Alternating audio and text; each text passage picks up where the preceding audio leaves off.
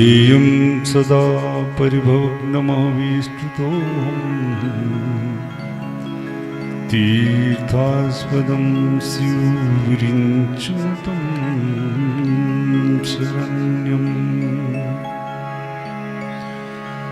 भृत्यार्तिहं प्रणतपालभवाब्धिबोधम् वन्दे महापुरुषते चरणारविन्दम्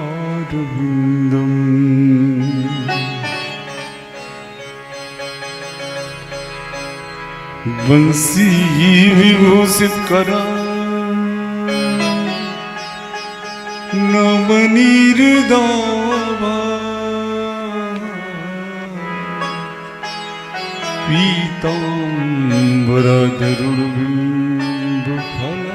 पीताम्बरधरुर्बिम्बफलाधरोष्ठा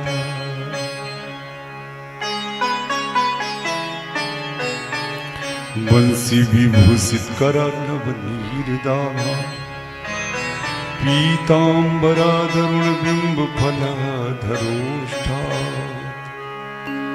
पूर्णेन्दु सुंदर मुखादरविन्द नेत्रा कृष्णात् परमं किमपि तत्त्वमहं न जाने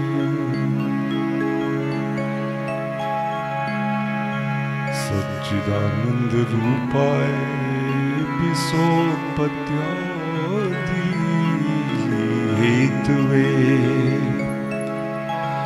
तापत्रय विनाशाय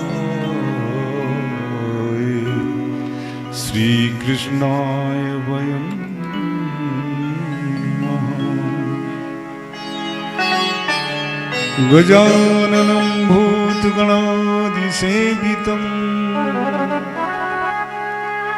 कपित्थजम्बू फलचारुभक्षणम् उमासुतं शोकविनाशकारकं नमामि विघ्नेश्वरपादपङ्कजम्।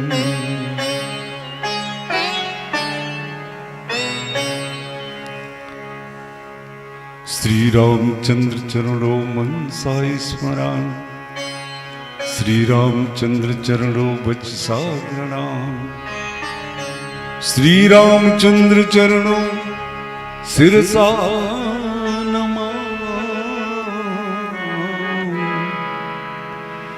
श्री रामचंद्र चरणों शिरसा नमामि श्री रामचंद्र चरणों शरणं प्रपद्ये श्री गुरु चरण सरोज रज निज मन मुकुर सुधार वरनो रघुबर विमल जस जो दायक फल चार बुद्धिहीन तन जानिके सुमिरो पवन कुमार बल बुद्धि विद्या देव मोहि हरहु कलेश विकार अपने अपने घरन की सबका को पीर तुम ही पीर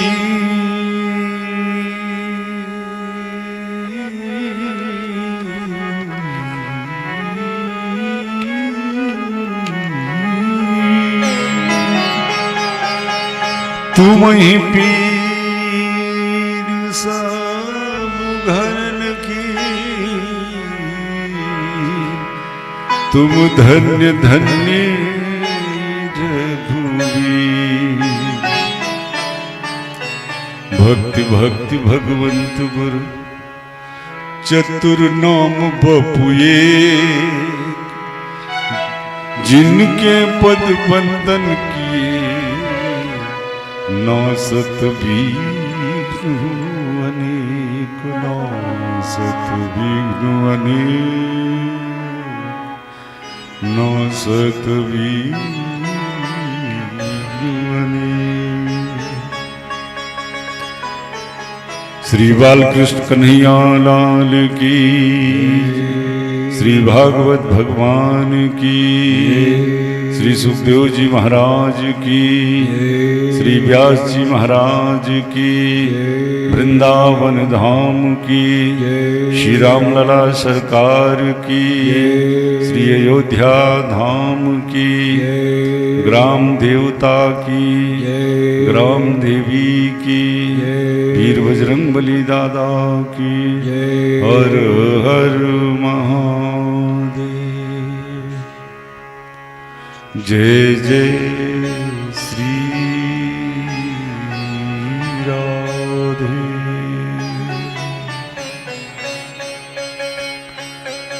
परम मंगलमय परात्पर अखिलेश्वर अकारण करुणा वरुणालय कल्पतरु पीतांबरधारी श्री बालकृष्ण लाल की बांगमयी प्रतिमूर्ति श्रीमद् भागवत भगवान के पावन पाद पद्मों में साष्टांग दंडवत प्रणाम करते हुए आचार्य श्री सुखदेव जी महाराज, श्री व्यास जी महाराज का चरण वंदन करते हुए आवाहित समस्त देवी देवजन के चरणों में कोट बारंबार प्रणाम करते हुए श्री हनुमान जी महाराज, श्री पूज्य गुरुदेव भगवान के चरणों में कोट दंडवत प्रणाम करते हुए यहाँ के कण कण को अपने मस्तक पर धारण करते हुए पंडाल कक्ष में उपस्थित जनता जनार्दन, बाल गोपाल, माताओं बहनों का हार्दिक अभिनंदन स्वागत करते हुए भागवत सत्संगता का आज षष्ठम दिवस और रोज की भांति आज भी आइए सबसे पहले अपने मन वाणी को पवित्र करने के लिए हम सभी भगवत नाम का आश्रय लें। फिर उनके प्रेरणा अनुसार जैसी उनकी प्रेरणा होगी वैसा उनकी मंगलमयी कथा में प्रवेश किया जाएगा। कथा में प्रवेश करने के पहले सबसे पहले खूब भाव से दोनों हाथों से ताली बजाते हुए हृदय में गोविंद का दर्शन करते हुए खूब प्रेम से भगवत संकीर्तन करें। रवि थोड़ा सा इसका ट्रेबल और मीट कम कर दो जरा, और 12 इंची स्पीकर थोड़ा डाउन कर दो जरा सा। श्री राधे राधे गोविंद गोविंद राधे, श्री राधे राधे गोविंद श्री राधे राधे गोविंद गोविंद राधे, श्री राधे राधे गोविंद गोविंद राधे राधे गोपाल राधे, गोविंद राधे राधे गोपाल राधे, गोविंद राधे राधे गोपाल राधे, गोविंद राधे राधे गोपाल राधे, श्री राधे राधे गोविंद गोविंद राधे, श्री राधे राधे जय हो।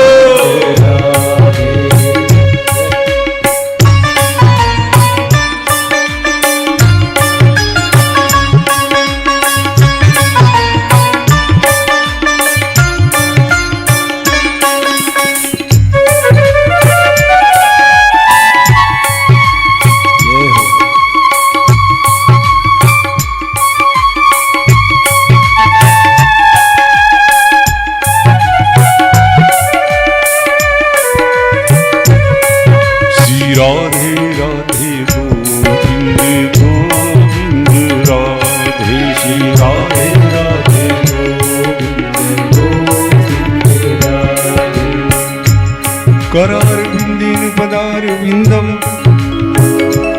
मुखार बिंदे विनवेश्यंतम, बटस पत्रस पुटे शयनम बाल मुकुंदम मनसा स्मरामि, श्री कृष्ण गोविंद हरे मुरारे, हे नाथ नारायण वासुदेवा, जीव बिंब स्वामृत में तुदेवो, श्री कृष्ण दामोदर माधवी, दुःखावसाने इदमेव सारम् दुःखावसाने इदमेव ज्ञेयम् देहावसाने इदमेव चाप्यम् गोविंद दामोदर माधवेति श्री राधे राधे गोविंद गोविंद राधे श्री राधे राधे गोविंद गोविंद राधे राधे गोपाल राधे गोविंद राधे राधे गोपाल राधे गोविंद राधे राधे गोपाल राधे गोविंद राधे राधे गोपाल राधे गोविंद राधे राधे गोपाल राधे गोविंद राधे राधे गोपाल राधे गोविंद राधे राधे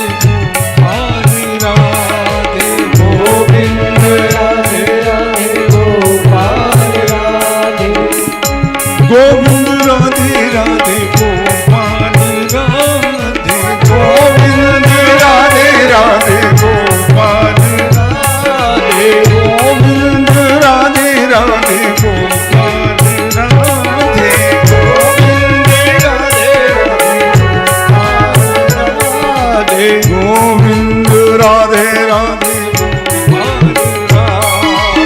गोविंद राधे राधे गोपाल राधे गोविंद राधे राधे गोपाल राधे गोविंद राधे राधे गोपाल राधे गोविंद राधे राधे गोपाल राधे जी राधे राधे गोविंद गोविंद राधे जी राधे राधे गोविंद गोविंद राधे राधे गोविंद जी राधे राधे गोविंद गोविंद राधे जी राधे राधे गोविंद गोविंद राधे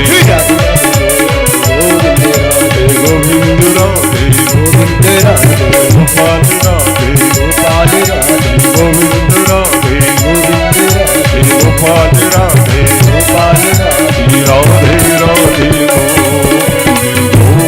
गोविंद राधे राधे गोविंद गोविंद राधे जी राधे राधे गोविंद गोविंद राधे राधे राधे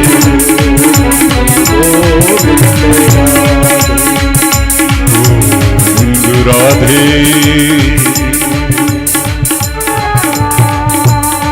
गोपाल राधे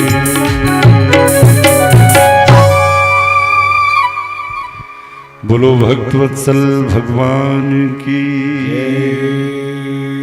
श्री बांके बिहारी लाल की कन्हैया लाल की वृंदावन धाम की नंद के लाला की मैया यशोदा की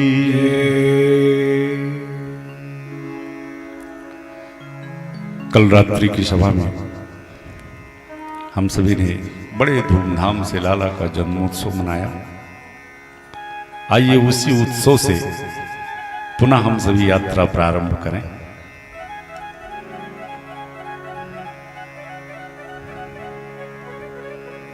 चौरासी कोस में फैला हुआ ब्रजमंडल और 84 कोस के प्रत्येक घरों से लाला के लिए बधाई आई है। समस्त देवी देवजन मनुष्य रूप धारण करके सभी नंद बाबा के द्वार पर बाबा को बधाई देने उपस्थित हो रहे हैं। और क्यों ना हो भाई, वो जगत नियंता, जगत को निर्मित करने वाला आज स्वयं मनुष्य रूप में प्रकट हुआ है। ये हो तो हक तो बनता ही है। कल हमारे उपाध्याय जी भी देखिए कितना मस्त रहे, खूब मस्ती रही। और होना ही चाहिए। अगर हृदय में भक्ति है तो हमारे ठाकुर जी का कोई भी उत्सव, हमारे भक्त तो बिल्कुल एकदम डूब जाते हैं उस उत्सव में। यात्रा आज की भी हम सभी की बड़ी लंबी है, क्योंकि शेष 2 दिन का सत्संग शेष बचा हुआ है। और यह भागवत ग्रंथ तो इतना अथाह सागर है कि न शक्यते विस्तर्तुम वक्तुम वर्ष सतैरपि। 100 वर्षों में भी किसी वक्ता को कथा कहने के लिए आमंत्रित किया जाए और अगर उसके ऊपर ठाकुर जी की कृपा है तो 100 वर्षों में भी भागवत को संपूर्ण नहीं किया जा सकता विस्तार से। इसीलिए तो हमारे ऋषियों ने जो नैमिष में सत्संग रखा वो 1000 वर्ष का किया था। हो प्रेम से विस्तार से आनंद लेंगे। आइए हम सभी वही उत्सव से, नंद बाबा के उत्सव से ही आगे की यात्रा प्रारंभ करेंगे। आज नंद द्वार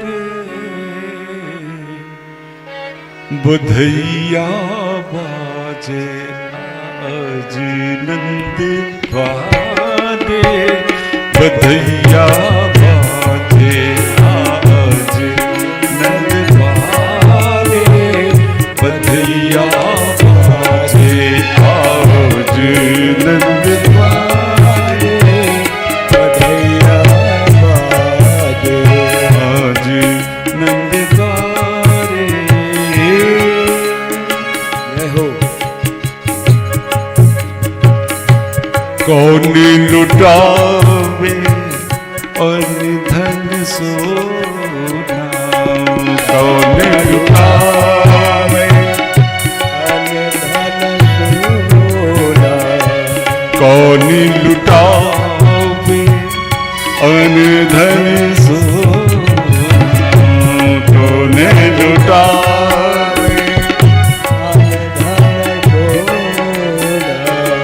कौन लुटावे वस्त्र भैया बधैया, कौन लुटावे वस्त्र भैया, बाबा लुटावे अन्न धन सोना। हमारे उपाध्याय जी की तरह कल उपाध्याय जी भी बिल्कुल मस्त में सोना चांदी रुपया पैसा जो ही हाथ में आए जा रहा है वही लुटाए जा रहे हैं। बाबा लुटावे अन्न धन सोना, बाबा लुटावे अन्न धन सोना, मैया लुटावे वस्त्र भैया बधैया, मैया लुटावे वस्तु भैया बधैया बाजे, आज नंद द्वारे बधैया बाजे, आज नंद द्वारे बधैया बाजे। नंद बाबा के यहाँ का उत्सव 6 महीने का चल रहा है। रवि 12 इंच स्पीकर कम करो जरा। श्री राधे श्री राधे श्री राधे श्री राधे। बड़े वाले उसका मीड कम कर दो थोड़ा। श्री राधे श्री राधे और कम कर मीड। श्री राधे श्री राधे। मिक्सर से मीड थोड़ा कम करो हमारे माइक। श्री राधे श्री राधे। थोड़ा सा बेस बढ़ा। श्री राधे। आज नंद द्वारे बधैया बाजे, आज नंद द्वारे बधैया बाजे।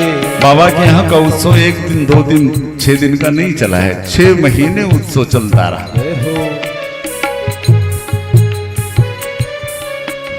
श्री सुखदेव जी महाराज कहते हैं, परीक्षित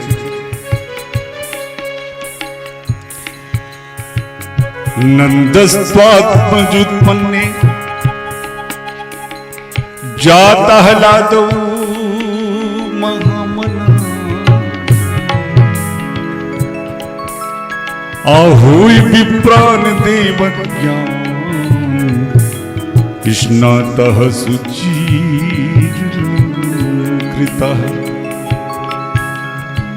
धेनुनाम्युते प्रादा विप्रेभ्यः समलंकृते तिलाद्रीं सप्तरत्नौघ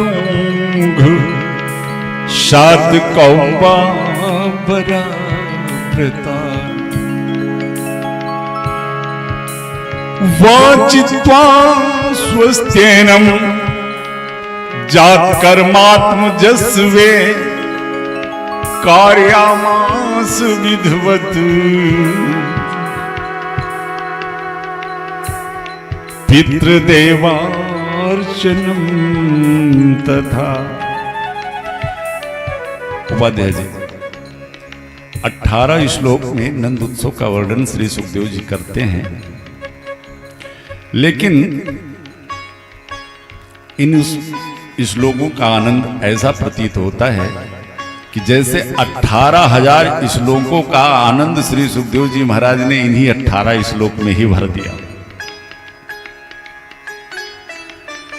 श्री सुखदेव जी कहते हैं कि नंद बाबा के घर लाला का जन्म नहीं हुआ है, फिर नंदस्तु आत्मज उत्पन्ने आह्लाद जाता, मानो वो मूर्तिमान आनंद ही आज बाबा के घर लाला बनकर के प्रकट हुआ है। 2 लाख गायों का दान दिया, 7 तिल के अन्न के बड़े पहाड़ बना करके विप्रों को दान दिया, और बाबा तो उदार मना लुटाए जा रहे हैं, जो हाथ लग रहा है वही न्यौछावर किए जा रहे हैं। अरे भाई अब लाला ही मिल गया तो फिर क्या पूछना। किसी ने कहा कि बाबा कि इस दान देने की विधा को देख करके कि नंद कथु इतनो जो दियो घनश्याम कुबेरहु कीमति बौड़ी। धनाधिपति कुबेर आज नंद बाबा के इस उदार मना दान देने की विधा को देखकर आज वो भी बड़े आश्चर्य में है। किसी के पास इतना धन हो सकता है क्या? धन्य है वो ब्रजमंडल। आज श्री सुखदेव जी कहते हैं परीक्षित 84 कोस में फैला हुआ वो ब्रजमंडल देखने से ऐसा प्रतीत होता है कि जैसे बैकुंठ से रमा श्री लक्ष्मी जी आकर के और पूरे ब्रज में नृत्य कर रही हों। 84 कोस में जितने जाचक थे आज बाबा ने उन सभी को अजाचक बना दिया। हजारों पीढ़ियां उनके फिर कभी याचना करने की जरूरत न पड़े। बड़ा सुंदर भाव है। कोई ब्रज का याचक वो बाबा के यहां से चांदी के लोटा, चांदी के थाली, चांदी के सारे बर्तन लेकर के आया तो रास्ते में एक दूसरा याचक मिलता है। वो पूछता है क्यों रे तू का लेके आया? तो कहता है देख चांदी के थाली, चांदी के लोटा, चांदी के बर्तन ये सब लेके आया। उसने कहा दारी के ये देख, मेरे को देख, मैं तो सोने के थाली, सोने के लोटा, सोने के बर्तन ये 2 नंबर फाटक पर बट रहे थे। वो चांदी के बर्तन वहीं फेंक करके और पहुंच जाता है 2 नंबर फाटक पर। देख मैं भी सोने के लिए आया। उधर से तीसरा याचक मिलता है, भैया कहा लेके आओ? बता देख सोने के मैं भी ले आया। कहा दारी के 7 नंबर पर हीरे मड़ियों के हार बट रहे थे। देख देख मेरे पास इतने हीरे मड़ियों के सब हार में लेके आया।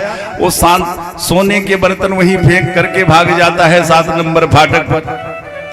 और इस तरह पूरे ब्रज में कहीं सोने, चांदी, हीरे, जवाहरात के सारे वस्त्र आभूषण बिखरे पड़े हैं, मानो बैकुंठ से श्री लक्ष्मी जी ही नृत्य कर रही हो ब्रज में। उत्सव चल रहा है। पर अचानक नंद बाबा 5वें दिन कुछ अधीर हो गए। याद आया कि हम सभी महाराज कंस को प्रतिवर्ष जो कर देते हैं वो कर देने की तो तारीख ही निकल गई। हम सभी लाला के उत्सव में इतने आनंदित हैं कि वो तारीख ही भूल गए। कंस क्रूर राजा है, उसका कोई ठिकाना है नहीं। तो नंद बाबा ने अपने समस्त और ब्रजवासियों से कहा, भैया तुम लोग खूब प्यार से लाला का उत्सव मनाओ। और हम अबे हाल मथुरा गए, महाराज कंस को कर दे करके और वापस आ रहे हैं। इधर ब्रजवासी उत्सव मना रहे हैं, उधर नंद बाबा कंस को जितना कर देते थे अब की बार उसका 2 गुना कर लेकर के कंस के पास गए। कंस को कर भेंट किया और जब कंस को पता चला कि बाबा के घर लाला ने जन्म लियो है तो आज कंस ने भी लाला को आशीर्वाद दिया, लाला बाबा तेरा लाला चिरजीवी होए। पर कंस को कर देते हुए महल में जाते हुए श्री वसुदेव जी ने नंद बाबा को देख लिया। विचार किया कि मैं अपने लाला को गोकुल इनके यहाँ छोड़ आया था और ये मथुरा में डोल रहे हैं। अगर मेरे लाला के ऊपर कोई आपत्ति विपत्ति कोई संकट आए तो उसकी रक्षा कौन करेगा? सो ऐसा कुछ करना चाहिए कि इनको जल्दी से मथुरा से गोकुल भेजना चाहिए। कंस को कर दे करके बाबा जब महल से निकल रहे थे तो रास्ते में श्री वसुदेव जी मिल गए। और वसुदेव जी और बाबा नंद बड़े अच्छे मित्र हैं। नंद बाबा को देखा वसुदेव जी ने तो दौड़ के गले से लगाया, बाबा मैंने सुना कि आपके घर या उम्र में और ठाकुर जी की कृपा से लाला ने जन्म लियो, पर एक उलाहना है कि आपके घर इतनी खुशी की बात आपने बताई भी नहीं। नंद बाबा के तो नेत्र सजल हो गए। भैया वसुदेव इच्छा तो थी, पर मैंने सुना कि इस पापी कंस ने आपके 6 बालकों को मार दिया। भैया आपके उस कष्ट में मैं अपने एक लाला की खुशी आपसे व्यक्त न कर सका। और मैत्री यही है, मित्र धर्म यही। अपने ऊपर कितना भी बड़ा संकट हो तो उसे कण बराबर समझना चाहिए। भगवान की कृपा से ये दूर हो जाएगा। लेकिन शास्त्र कहते हैं कि अगर मित्र किसी को बना लिया है तो निज दुख गिर समरज कर जाना, निज दुख गिर समरज कर जाना, निज दुख निज दुख गिरी समरज कर जाना, निज दुख गिरी समरज कर जाना, मित्र ही दुख रज में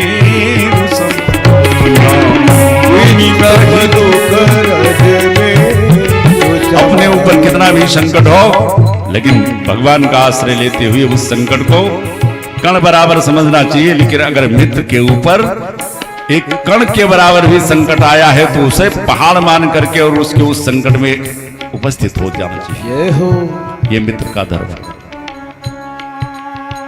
मित्र बना लेना तो आसान है, लेकिन मित्रता का निर्वाह करना ये बड़ा कठिन है। या तो किसी को मित्र बनाओ मत, और अगर बना लिया है तो फिर पूरे मित्र धर्म का पालन करो। नहीं तो शास्त्र कहते हैं कि जे न मित्र दुख हो ही दुखारी, ऐसे व्यक्ति का तो मुख देखना पाप बताया गया है। तिन्हि बिलोकत पातक भारी। मित्रता की एक परिभाषा श्री गोस्वामी तुलसीदास जी ने एक बड़ा सुंदर उदाहरण दिया मानस में कि अगर मित्रता करनी है तो जैसे दूध और पानी ने मित्रता की। कैसे? जल पे सरिस बिकाए देखो प्रीति की रीत भली। दूध ने पानी को मित्र बनाया तो अपना स्वरूप दे दिया, अपना भाव दे दिया।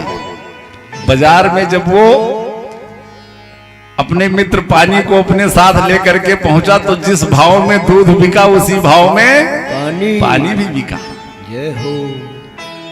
ये है मित्रता। पानी ने सोचा, वाह, मेरे मित्र ने कैसे धर्म का पालन किया।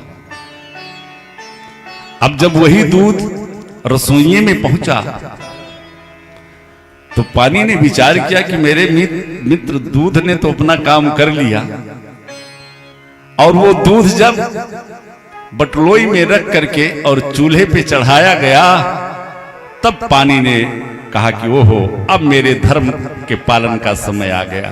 ये हो। अपने मित्र दूध से कहा, मित्र चिंता मत करना, जब तक कि एक बूंद भी मैं तुम्हारे साथ रहूंगा तब तक तुम्हें आंच नहीं आने दूंगा। जय हो। जल पे सरिस बिकाए देखो प्रीति की रीत भली।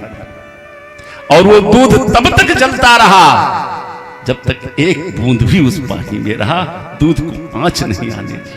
जय हो। दूध ने विचार किया कि मेरा मित्र मेरे लिए जल रहा है, क्या करूं?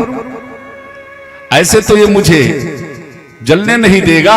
सो दूध से भी रहा नहीं गया, ऊपर से उफान आ गया कि मैं ऊपर से ही कूद जाऊंगा आग में। माताओं ने थोड़ा सा ऊपर से अगर ठंडे जल का छींटा मार दिया उस दूध में तो फिर वो शांत हो गया। अपने मित्र पानी का स्पंदन पा करके फिर शांत हो गया।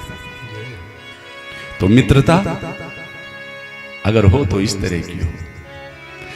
लेकिन विचार कीजिए भैया, इतनी प्रगाढ़ मित्रता दूध और पानी में है। जल पे सरिस बिकाए देखो प्रीति की रीति भल, लेकिन बिलग हुई रस जाए कपट खटाई परत पुन। उसी खौलते दूध में किसी ने थोड़ी सी अगर खटाई डाल दी तो फिर वो दोनों मित्र इस तरह से अलग हुए कि कोई मशीन फिर उन्हें मिला नहीं सकती, एक नहीं कर सकती। ऐसे मित्र धर्म का ये नियम है कि मित्र के बीच में कभी कोई कपट नहीं होना चाहिए। पर आज की तो विडंबना है, मित्र बनाते ही हैं धोखा देने के लिए। अगर दुश्मनी करके आपका कुछ नहीं बिगाड़ पाते हैं तो सोचते हैं ऐसे तो काम बनेगा नहीं, चलो किसी तरह इससे मित्रता का। एक हमारे गुरुदेव भगवान एक बड़ी सुंदर लाइन गाया करते थे कि सारी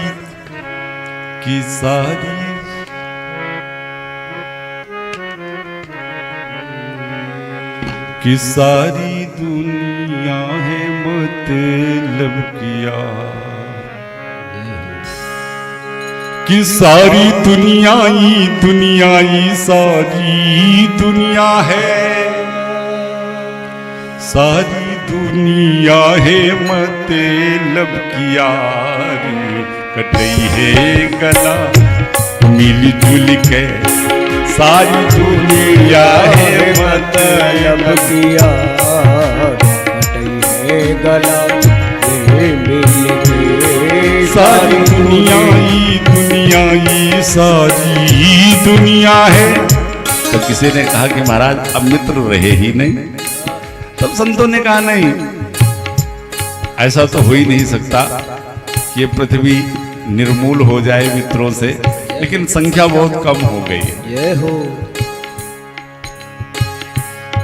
दोस्त एक दुई है, दोस्त एक दुई है, एक दुई है, एक दुई है,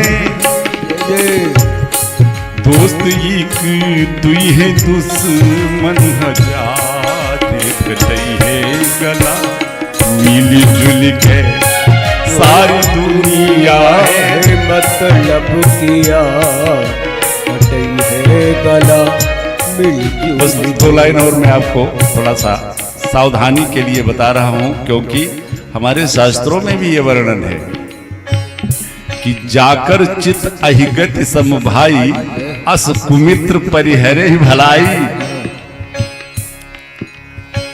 अहिगति मतलब सांप की तरह चाल चलने वाला मित्र, टेढ़ा मेढ़ा। ऐसे कुमित्र को छोड़ देने में ही भलाई है। इनकी विशेषता क्या होती है, पहचान रखिए, जरूरी है कि बन के आपन भेद ये लई है मन मारा खई भेद। बन के आपन भेद ये लई है मन मारा भेद। और इनकी सबसे बड़ी विशेषता ये होती है कि जौने पतरी माँ ये खई है हुई माँ करी है। जौने पतरी खई है वह माँ करी है छे। हो ले है आँखियन से कजरा निकाली कटई है गला मिली जुली के सारी दुनिया है मतलब किया कटई है गला मिले मिल के। पर वसुदेव और श्री नंद बाबा के बीच में देखिए कैसे मैत्री धर्म का पालन कर रहे हैं श्री नंद बाबा और वसुदेव जी। नंद बाबा के हृदय में हर्ष है, लेकिन जब अपने मित्र वसुदेव जी से मिलते हैं तो उनके शोक में शोक व्यक्त कर रहे हैं। और वसुदेव जी के हृदय में शोक है, 6 अबोध बालकों की हत्या कर दी है दुष्ट कंस ने, लेकिन अपने मित्र नंद बाबा के उस हर्ष में हर्षाभिव्यक्ति करते हैं, हर्ष व्यक्त कर रहे हैं। ये मित्र की परिभाषा। नंद बाबा कहते हैं भैया मैंने अपने लाला की खुशी तुम तक इसलिए नहीं पहुंचाई कि मैंने सुना अहोते देव की पुत्र कंसेन बहु हता। देवकी के 6 पुत्रों को मार दी और आखिरी में एक कन्या अगर बची भी, एका वशिष्ठा वर्जा कन्या साप दिवंगत, वो भी कंस को साथ दे करके चली गई। आपकी गोदी सूनी हो गई तो भला मैं अपने एक लाला की खुशी आप से कैसे व्यक्त करता। पर वसुदेव जी ने सोचा भी इनका मथुरा में ज्यादा रहना ठीक नहीं है, इसलिए कहा बाबा आप तो एक काम करो, आप तो मेरे बारे में जानते हो कि ज्योतिष का मुझे बड़ा अच्छा ज्ञान है। बाबा ने कहा हाँ भैया, तो कहा हमें तो ऐसा लगे कि तुम्हारे गोकुल के ऊपर कोई आपत्ति आए बेवारी है। और जैसे गोकुल के ऊपर आपत्ति का नाम सुना नंद बाबा ने, बाबा के दिल की धड़कन बढ़ गई। हे हनुमान जी मेरे लाला की रक्षा करना, हे हनुमान जी मेरे लाला की रक्षा करना। राम राम करके वसुदेव जी से वो तो भाग पड़े अपने गोकुल की तरफ। और इधर कंस ने आपातकालीन सभा बुलाई, क्योंकि वो कन्या आकाशवाणी करके गई है कि तुझको मारने वाला तो ब्रिज में पैदा हो चुका।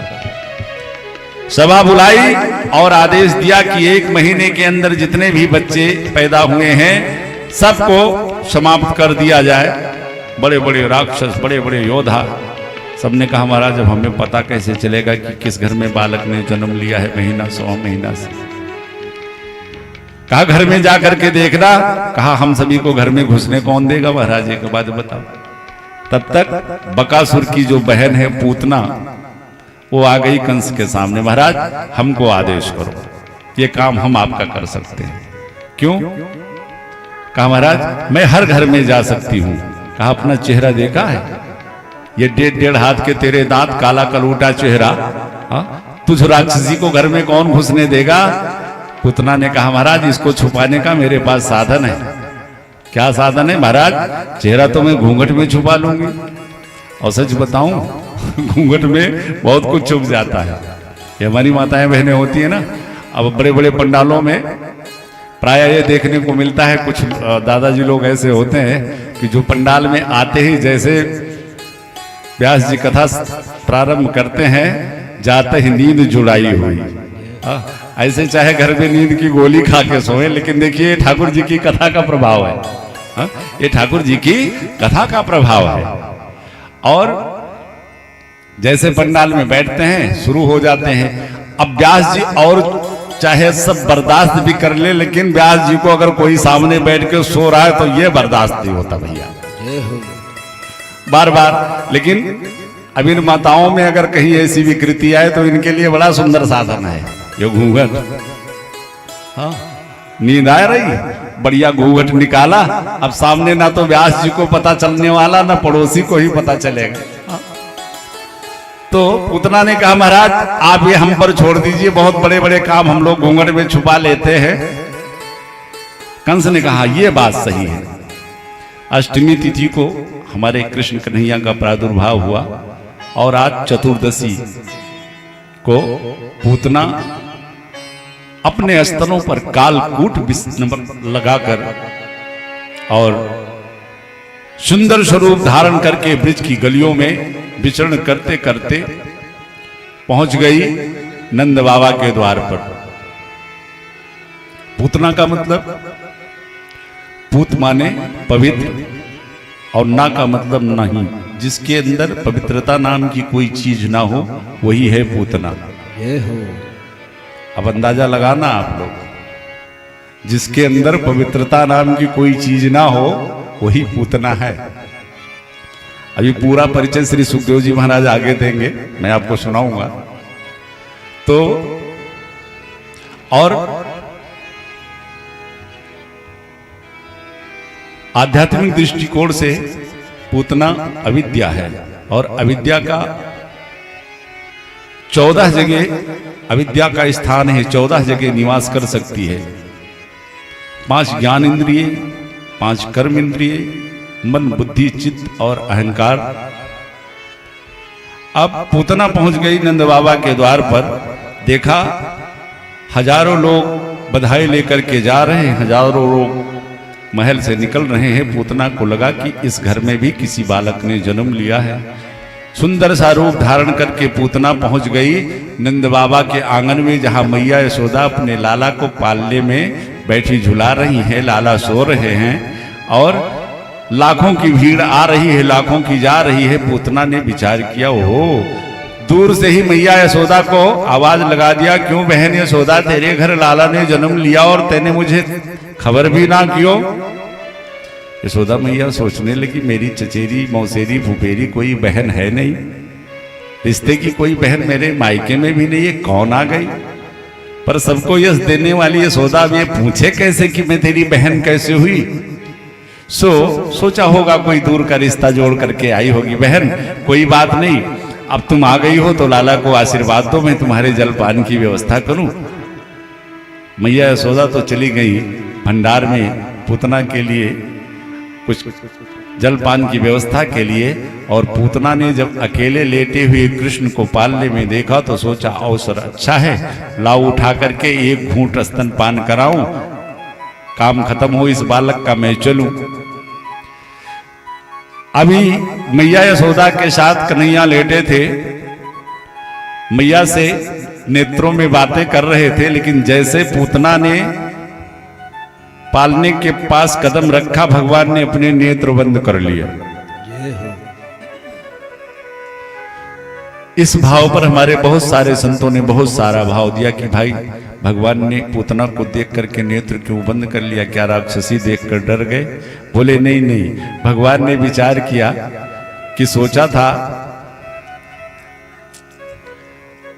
अभी महीने 2 महीने बाद कुछ लीला प्रारंभ हो गई, लेकिन आज 7वें दिन से ही लीला शुरू कर देनी पड़ेगी क्या। तो कोई भी शुभ कार्य करने के पहले हमारे सनातन धर्म में ये नियम है कि हम मंगलाचरण जरूर करते हैं। तो मानो भगवान ने नेत्र बंद करके मंगलाचरण किया हो कि लाओ फिर यहीं से प्रारंभ किया जाए। एक संत कहते हैं कि भगवान ने पूतना को देख करके आंखें इसलिए बंद कर ली कि आई है तो मुझको ये मारने की दुर्भावना लेकर के, लेकिन कार्य मां का करेगी। तो मानो नेत्र बंद करके ये सोचने लगे कि इसको गति कौन सी प्रदान करूं। एक संत कहते हैं कि भगवान ने पूतना को देखकर नेत्र इसलिए बंद किए कि सोचा था कि ब्रज में चलूंगा, माखन मिश्री खाऊंगा, खूब आनंद मनाऊंगा। अभी माखन मिश्री का एक टुकड़ा भी ना मिला, वो जहर पहले ही आ गया सामने पीने के लिए।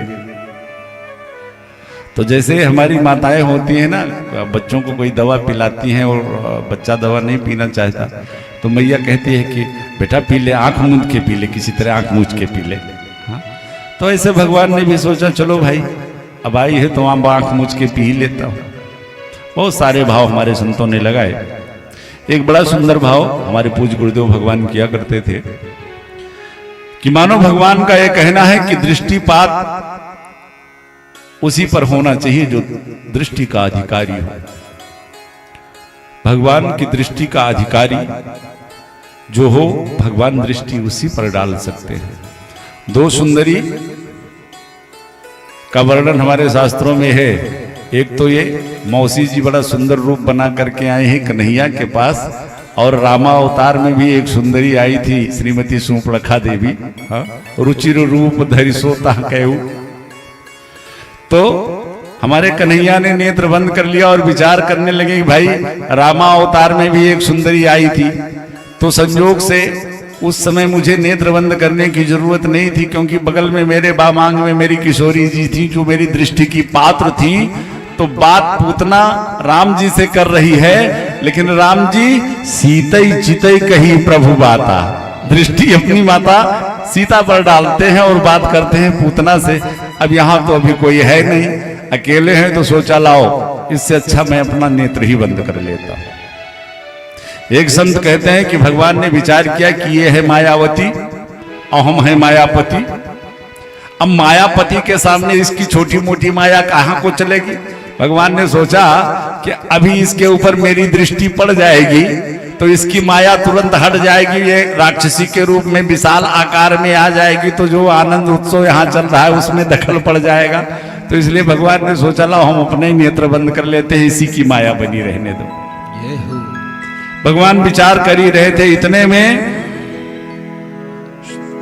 एकदम सूना पालना देख करके, अच्छा अवसर देख करके पूतना ने भगवान को उठा लिया और अपने स्तनों पर कालकूट विष लगा रखा था। अपना विष युक्त स्तन कन्हैया के मुख में भी दे दिया। वारे मेरे प्यारे प्रभु, बड़े प्रेम से कन्हैया सबसे पहले पूतना के स्तनों पर लगे हुए विष का पान करते हैं, तदुपरांत उसके दुग्ध का पान करते हैं, और दूध पान करने के बाद में अब भगवान पूतना के जब प्राणों का हरण करने लगे, प्राणों का पान करने लगे, तो पूतना कराह उठी। श्री सुखदेव जी कहते हैं परीक्षित, सामुचालित प्रभासली निष्पीड्यमान अखिल जीव मरमर। मुंच मुंच, अरे बेटा छोड़, अरे बेटा छोड़। आज 7 दिन का कन्हैया धीरे से बोल पड़ा, मौसी जी मुझे तो केवल पकड़बो आवे, छोड़बो तो हमें आवे ना। ये हो अब तो ठिकाने लगा के ही छोड़ेंगे।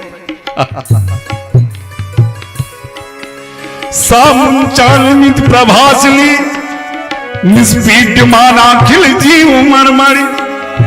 विवित्र नेत्रे चरणों भुजो प्रसवत्र गात्रा क्षिपति रोदा। चिल्लाती रही पूतना, रोती रही। भगवान ने पूतना के प्राणों का भी हरण कर लिया। प्राणों का हरण होते समय पूतना अपने विशाल विकराल रूप में आई, और जब विकराल रूप में आई तो पूतना का पार्थिव शरीर जानते हो कितना लंबा था। शास्त्रों में लिखा है 6 कोस लंबा चौड़ा शरीर पूतना का। पीठ के बल गिरी, स्तनों पर अभी मेरे कन्हैया पूतना के बैठे हुए हैं, लेकिन आप विश्वास करो कि गिरी गोकुल में, और गोकुल और मथुरा का रास्ता ही ब्लॉक कर दिया। जब पूतना के गिरने की जोर की आवाज हुई तो मैया यशोदा महल से अंदर आई। जितने और तमाम गोपी जन थे सभी दौड़ कर आए। देखा इतनी विशाल राक्षसी अब मैया का तो दिल धड़कने लगा, पालने में देखा लाला नहीं है, दौड़ी पूतना के पास, देखा कि लाला पूतना के वक्षस्थल पर बैठा खेल रहा है। अब लाला को उतारा कैसे जाए, इसके ऊपर से सारे ब्रजवासी सीढ़ी वगैरह ला करके पहले लाला को उतारा, और जब लाला को उतार के मैया की गोदी में दिया, और मैया ने जब अपना स्तनपान कराया, अपना स्तन कन्हैया के मुख में दिया, और कन्हैया जब मैया का दुग्ध पीने लगे, तब मैया को थोड़ी सी शांति हुई। मेरा लाला ठीक है, सुरक्षित है। सारे ब्रजवासी आपस में हैरान हैं कि ये राक्षसी इतनी बड़ी आई, चलो ठीक है मानते हैं, लेकिन ये मर भी गई। अभी ये घटना घटी कि इतने में नंद बाबा भी मथुरा से आ गए, और जब नंद बाबा ने पूतना को देखा मरा हुआ अपने द्वार पर, तो सारे ब्रजवासियों से कहने लगे, भैया आज मुझे पता चलो कि वसुदेव पक्को एक नंबर को ज्योतिषी है। वसुदेव ने मुझे मथुरा में ही बताया कि हमारे गोकुल पे कोई आपत्ति विपत्ति आए व्यवहारी है। सारे ब्रजवासियों ने कहा, बाबा ये राक्षसी आई, चलो कोई बात नहीं, लेकिन ये मर कैसे गई ये समझ में बात नहीं आई। एक ब्रजवासी ने कहा, मित्र तुम्हें पता ना है, या मेरे लाला को लेकर के भाग रही होगी, सोया को ठोकर लगी होगी और गिरी और मर गई। तो उसने कहा, दारी के अगर ये ठोकर खा के गिरती तो मुंह के बल ना गिरती, या तो पीठ के बल पड़ी आए। नंद बाबा ने कहा, सुनो मैं बता रहा हूं कैसे मर गई है। जैसे वसुदेव जी ने मुझको मथुरा में बताया कि बाबा तुम्हारे गोकुल के ऊपर कोई आपत्ति आए बेवारी है, ये मेरी ज्योतिष विद्या कह रही है, सो तभी से मैंने श्री हनुमान जी को पुकारना शुरू किया। भैया वहीं से मैं कह रहा हूं, हे हनुमान जी मेरे लाला की रक्षा करना, हे हनुमान जी मेरे लाला की रक्षा करना। अब ये राक्षसी जब मेरे लाला के पास आई, मेरे लाला को लेके जा रही होगी, तो वो हमारे श्री हनुमान जी ने धरे हुए धमुकरा, सो मर गई है राण पूतना। कितने सरल हैं ये ब्रजवासी। राम जी और श्याम जी, राम जी इस धराधाम पर आए तो हमेशा उन्होंने अपनी भगवत्ता को छुपा के रखा, लेकिन धन्य है मेरे कन्हैया, 7वें दिन से ये दिखाना शुरू कर दिया कि देख लो मैं कोई साधारण नहीं हूं, मैं वो परब्रह्म परमात्मा हूं। कम से कम हजारों बार तो चिल्ला के उन्होंने कहा भी, कहने से भी लोगों को विश्वास नहीं हुआ, तो कम से कम सैकड़ों बार तो अपना विराट रूप दिखाया है लोगों को। वारे मेरे कृष्ण। कहा, अच्छा चलो बाबा वे मर गई सो मर गई, लेकिन अब इसको करें का, ये गोकुल मथुरा का रास्ता बड़ा किए पड़ी है। नंद बाबा ने कहा, घर से सब अपनी अपनी कुल्हाड़ियां काटने वाले शस्त्र लेकर के आओ, इसके अंगों प्रत्यंगों को काट करके, और या के गिरने से जो वृक्ष इत्यादि टूट गए हैं, या को वही जमुना तट पे ले चल करके और सारे वृक्ष इसी के ऊपर डाल करके आग लगा दो। सुखदेव जी कहते हैं, परीक्षित आश्चर्य की बात, जब पूतना की चिता दग्ध हुई, उसकी चिता में अग्नि लगाई गई, तो बड़ी दिव्य सुगंध वहां से प्रकट हुई। परीक्षित महाराज चौंक गए।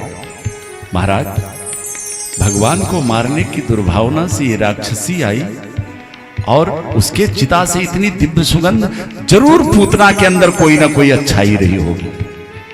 सुखदेव जी कहते हैं, परीक्षित अच्छाई कोई नहीं थी। कहा, नहीं महाराज कोई ना कोई अच्छाई पूतना के अंदर जरूर रही होगी।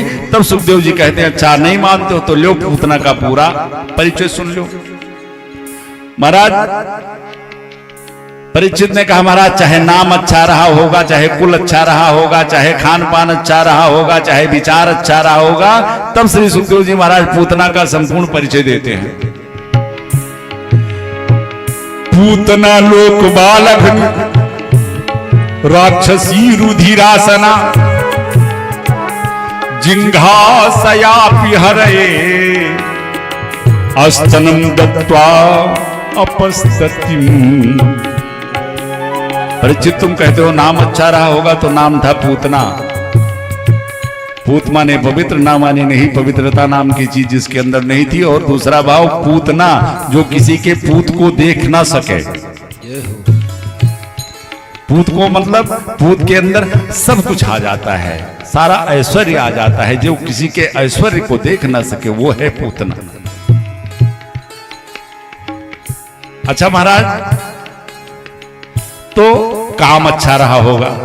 तो सुखदेव जी कहते हैं लोकबाल घनी, काम छोटे छोटे बच्चों को पकड़कर मारने का उसका काम था महाराज। तो या तो कुल खानदान अच्छा होगा। सुखदेव जी कहते हैं राक्षस खानदान की है, तो महाराज खान पान अच्छा रहा होगा। सुखदेव जी कहते हैं रुधिरासना, खान पान में छोटे छोटे बच्चों को मार करके उनके रुधिर का पान करने वाली है महाराज। जरूर उसकी हृदय की इच्छाएं बढ़िया रही होंगी भगवान के प्रति। कहा देखा नहीं, भगवान को मारने की दुर्भावना से आई थी, जिंघा सयाप हरे, भगवान को मारने की दुर्भावना से अपने स्तनों पर कालकूट विष लगा करके आई थी। फिर महाराज परीक्षित ने कहा सरकार, तो फिर इस पूतना को ऐसी गति कैसे दे दिया मेरे प्रभु ने? सुखदेव जी कहते हैं परीक्षित विचार करो कि जो भगवान का नाम लेकर के मर जाता है वो इस भव सागर से तर जाता है, और जिसने भगवान को अपनी गोदी में लेकर के उसकी कितनी उत्तम गति होगी। और यही तो मेरे ठाकुर जी की दयालुता है।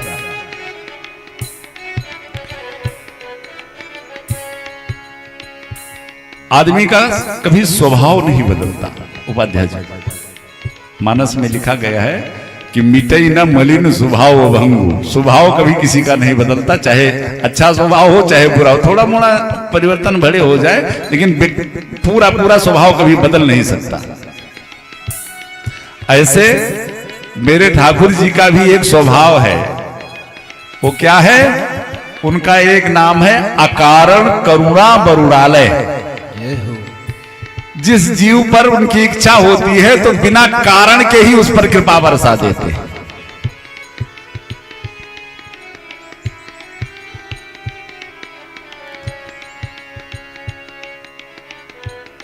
किसी को कोई मर्डर कर दे, उसको 302 की सजा मिल जाए, जो कि कानून है, नियम है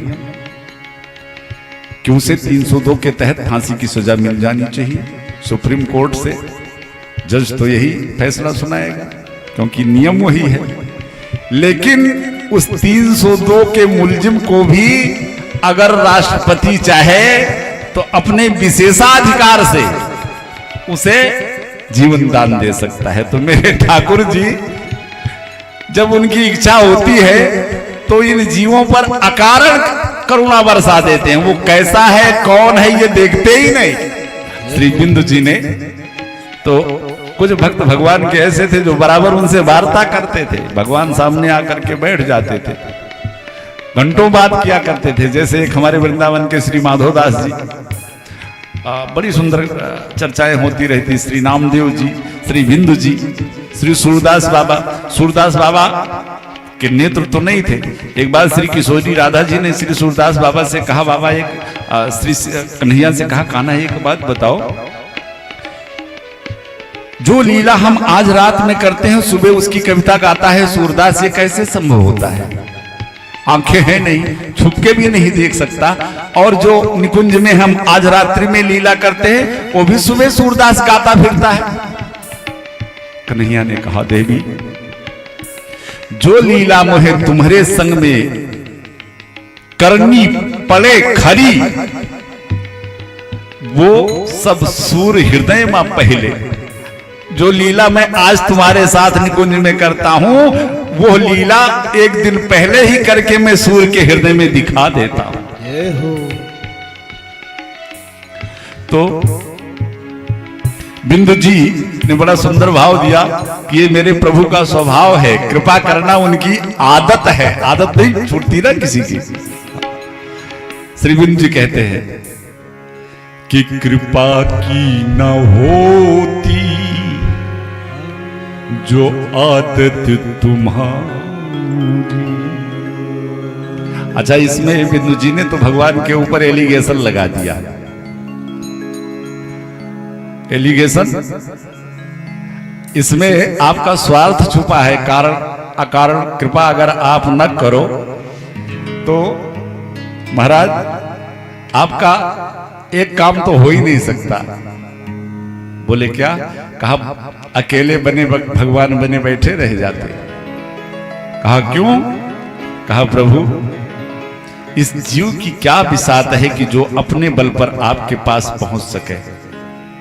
वो तो आप अकारण करुणा वरुणालय, आप जब किसी जीव पर रीस जाते हो तो अपने आप उस पर कृपा बरसा देते हो कि कृपा की न होती जो आदत तुम्हारी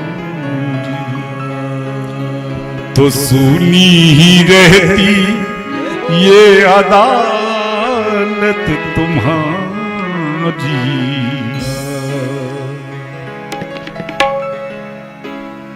और न तुम होते हाकिम न हम होते मुजरिम, न तुम होते हाकिम न हम होते मुजरिम। सरकार, भगवान का एक नाम हमारे दीन बंधु है। टाटा बंधु, बिरला बंधु, डालमिया बंधु नहीं, उनका एक नाम दीन बंधु है। बिंदु जी कहते हैं कि सरकार हम जानते हैं कि आप दीन बंधु क्यों बने। क्यों बने? कहा कि जो दीनों के दिल में जगह जो न पाते, जो दीनों के दिल में जगह जो न पाते, जो दीनों के दिल में जगह जो न पाते, तो किस दिल में होती हिफाजत तुम्हारी, तो किस दिल में होती हिफाजत तुम्हारी। तो सुनी ही रहती ये अदालत तुम्हारी, तो सुनी ही रहती ये अदालत तुम्हारी। बाकी न होती जो आदत तुम्हारी, बाकी न होती जो आदत तुम्हारी। जय हो।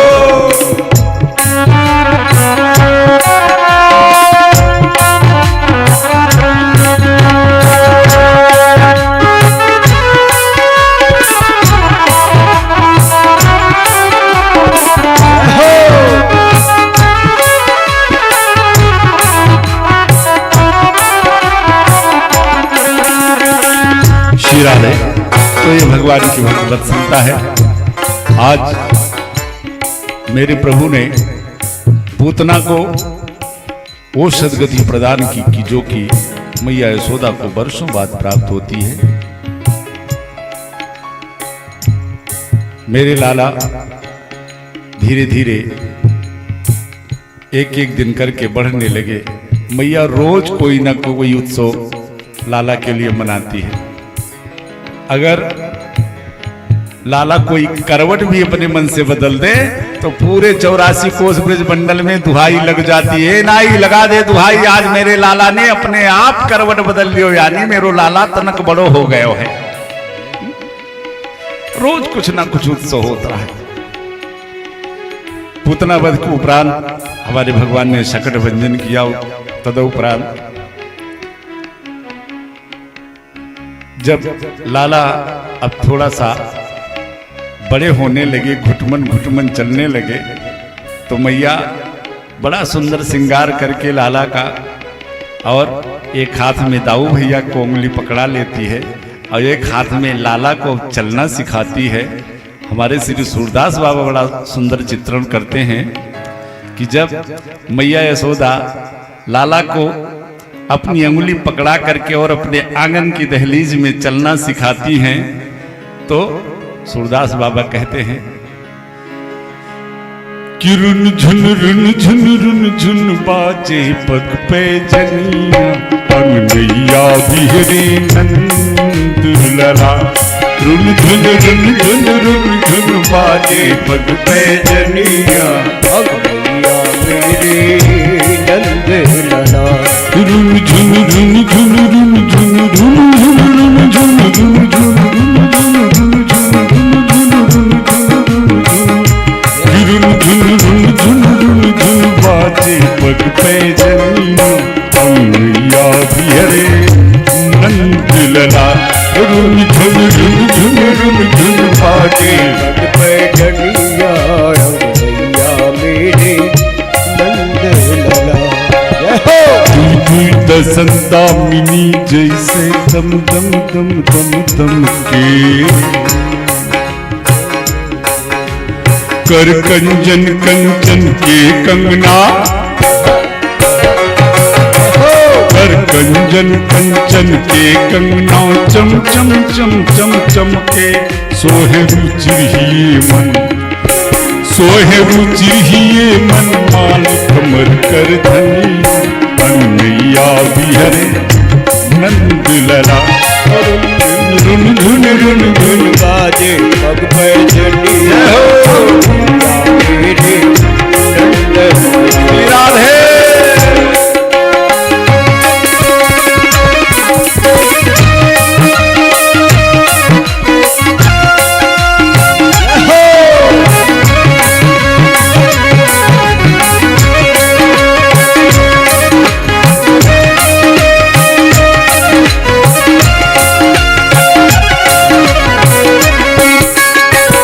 सूरदास बाबा तो दीवाने हो गए श्याम के।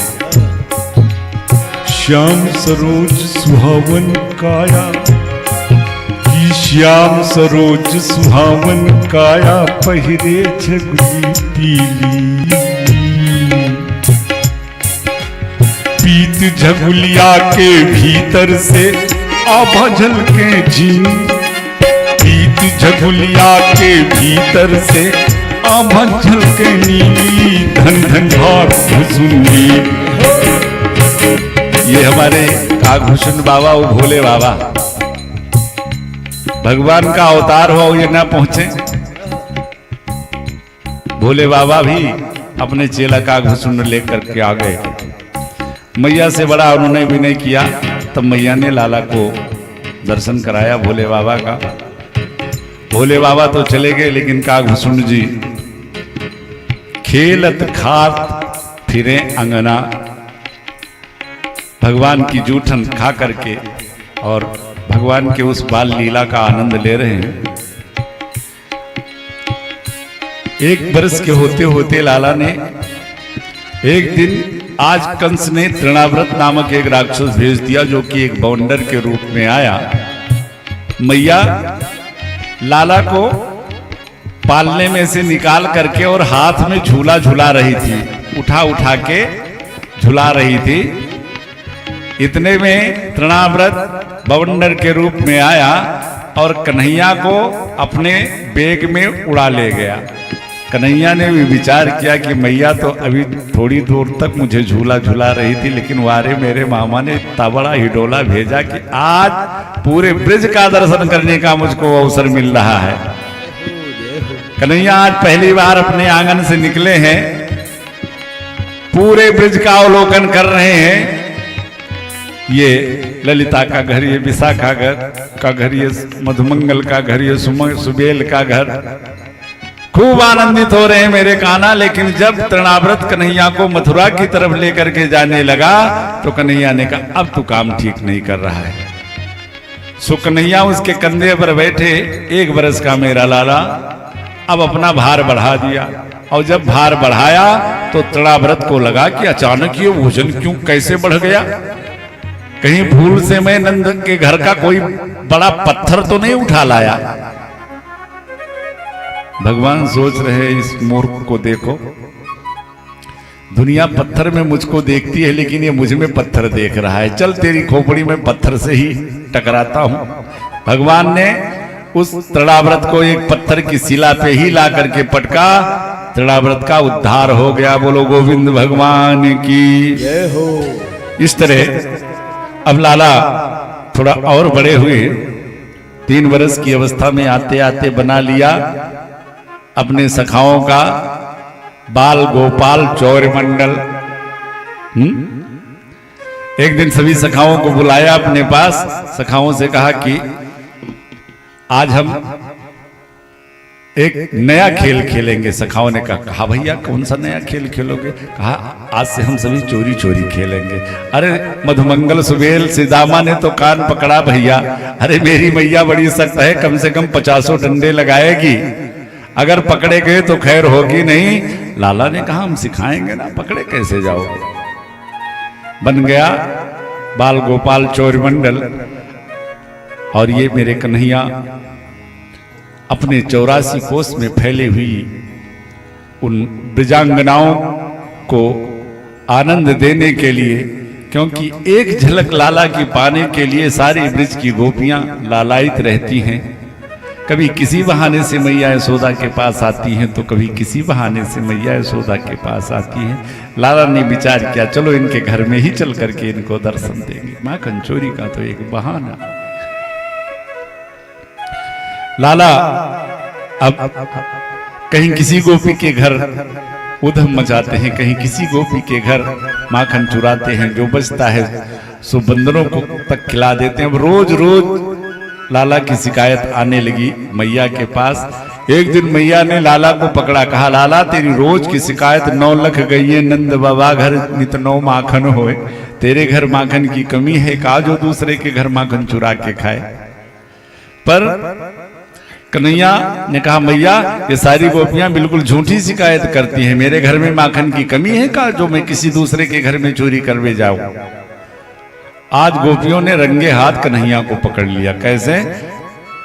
मैया ने गोपियों से समझा दिया कि भाई देखो लाला है, तुम कहती हो रोज घर में जाता है चोरी करता है, तो जरा अपने अपने माखन को तुम लोग सीके पर रख दिया करो, ऊपर उठा के रख दिया करो, बच्चे हैं छोटे छोटे, हाथ में आएगा नहीं, तुम्हारे माखन का नुकसान नहीं होगा। सभी गोपियों ने आज अपने अपने घर का माखन ऊपर रख दिया और इधर आज कन्हैया ने अपने सखाओं को बुलाया। एक गोपी के घर पर निगाह आती कि इसके घर आज तक चोरी किया नहीं गया, आज इसी के घर चोरी करी जाएगी। वो गोपी भी घर में अपना काम कर रही थी। अब अपना सारा काम निपटाने के बाद में जब वो गोपी घड़ा लेकर जमुना जल भरने चली गई, निकल रही थी, इतने में कन्हैया अपने सभी छोटे छोटे सखाओं को लेकर के गुजरी लेकर धाई, गुजरी लेकर धाई, गुजरी लेकर धाई, चट पहुँचे है कन्हाई, चट पहुँचे है कन्हाई, खुला दरवाजा देखा, खुला दरवाजा देखा, खुला दरवाजा देखा, खुला दरवाजा देखा, घुसे घर में है कन्हाई, घुसे घर में है कन्हाई, घुसे घर में है कन्हाई, घुसे घर में है कन्हाई। अब घर में चले तो गए, लेकिन आज गोपियां सतर्क हैं, सबने अपना अपना माखन उठा के सीके पर रख दिया। ये हो नमक्खन दीख परत है, नमक्खन दीख परत है, पाँव धीरे से धरत है, कहीं कोई आहट किसी को लगे ना। हाँ विचार करो, कल्पना करो मेरे कन्हैया कितने सुंदर भाव से जा रहे हो।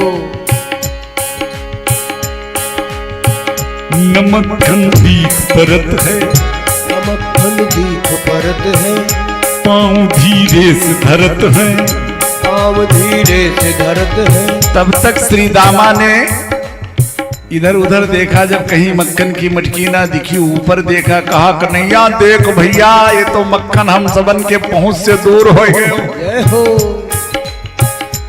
कन्हैया ने भी देखा वास्तव में अब तो हम लोग पाएंगे नहीं इस मक्खन को, लेकिन भगवान के ही तो सखा हैं तमाम।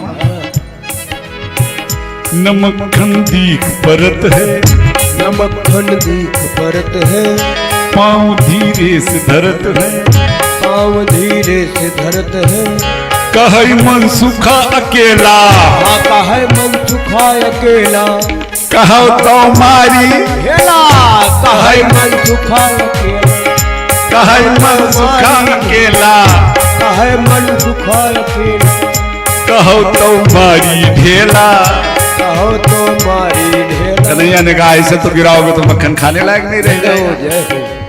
फिर कन्हैया ने कहा मैं बता रहा हूं, जो बड़े बड़े सखा है ना वो आओ इधर आओ। उनको नीचे खड़ा कर दिया।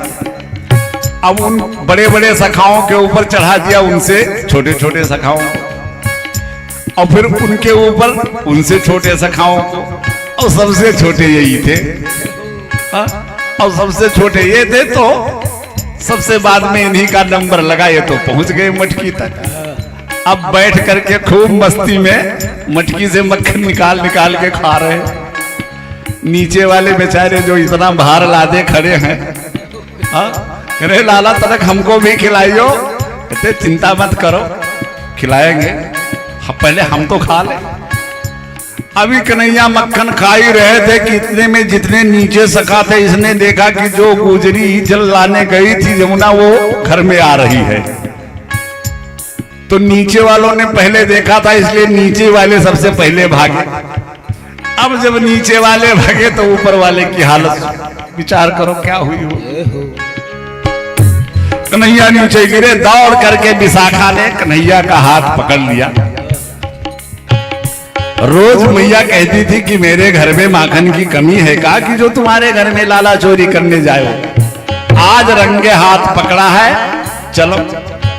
विशाखा, ललिता इत्यादि तमाम सखियां आज लाला को पकड़ करके बीच में घेर करके और लेके जा रही मैया यशोदा के पास। मैया देख, आज तेरे लाला को रंगे हाथ पकड़ लिया चोरी करते। मैया घर में थी, बाहर आई। क्यों, क्या बात है, क्यों शोर मचा रही तुम लोग? अरे मैया रोज कहती थी ना कि मेरा लाला चोरी नहीं करता है, आज देखो तुम कैसे तुम्हारा लाला चोरी करता है।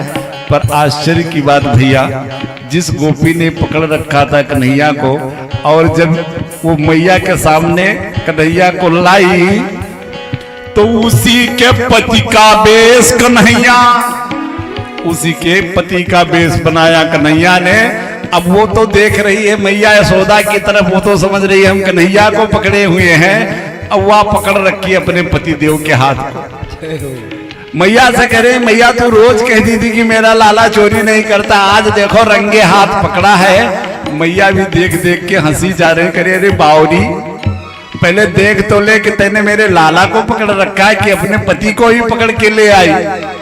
और जब वह ने उसकी तरफ दृष्टि डाली तो अपना माथा पीट लिया। रोज रोज की शिकायत आते आते एक दिन कन्हैया को मैया डंडा उठा ही देती है।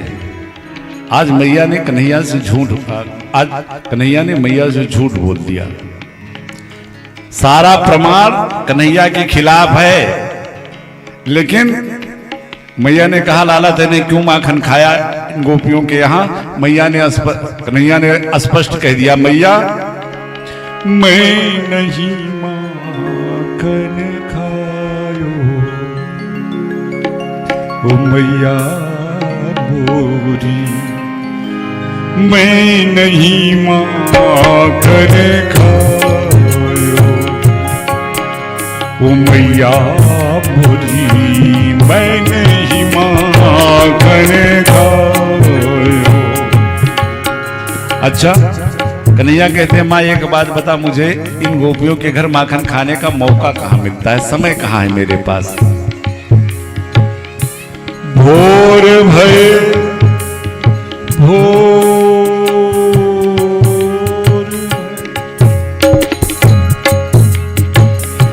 गयन के पीछे तूने मधुबन मोही पठायो। मैया ये कहती कि इनके घर मैंने चोरी किया, सुबह सुबह भेज देती हो और 4 प्रहर बंसी बट भट क्यों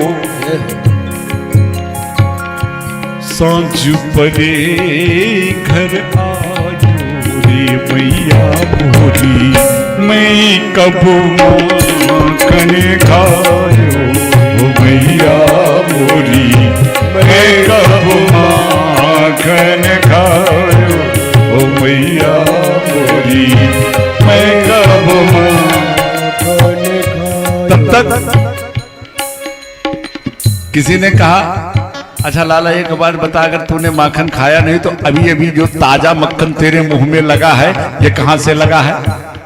तो मैया से कहते हैं, कन्हैया मैया तुम्हें पता नहीं कि ये ग्वाल बाल सब बैर परे हैं, बरबस मुख लपटायो, ये जबरदस्ती मेरे मुख में मक्खन लगा देते हैं और आपसे आके शिकायत करते हैं। और तू इतनी भोली है मैया कि इन झूठों की बात मान लेती है। तू जननी मन की अति भोरी, तू जननी मन की अति भोरी, इनके कहे पतियायो। मैया ने कहा, लाला मैं जानती हूं कि तू इनके घर चोरी करने जाता है, लेकिन आज मैं तेरी पिटाई किए बिना छोड़ूंगी नहीं। कन्हैया को लगा कि मैया वैसे मानेगी नहीं। कन्हैया ने कहा, यह ले अपनी लकुट कमरिया, तूने बहुत ही नाच नचायो। और मैया मैं ये जानता हूं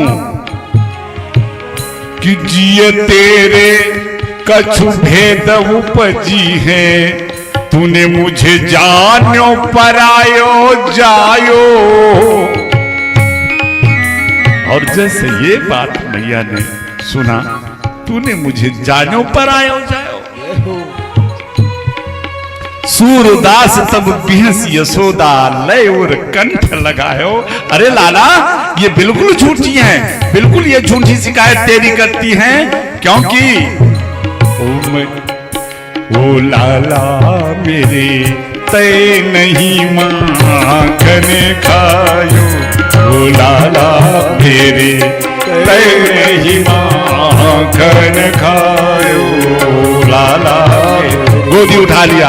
अरे लाला तूने माखन नहीं खाया, बिल्कुल नहीं खाया। अब कन्हैया को लगा कि मैया से मैंने झूठ बोला है कि माखन नहीं खाया, अब माँ से झूठ बोलूं तो ये अच्छी बात है नहीं।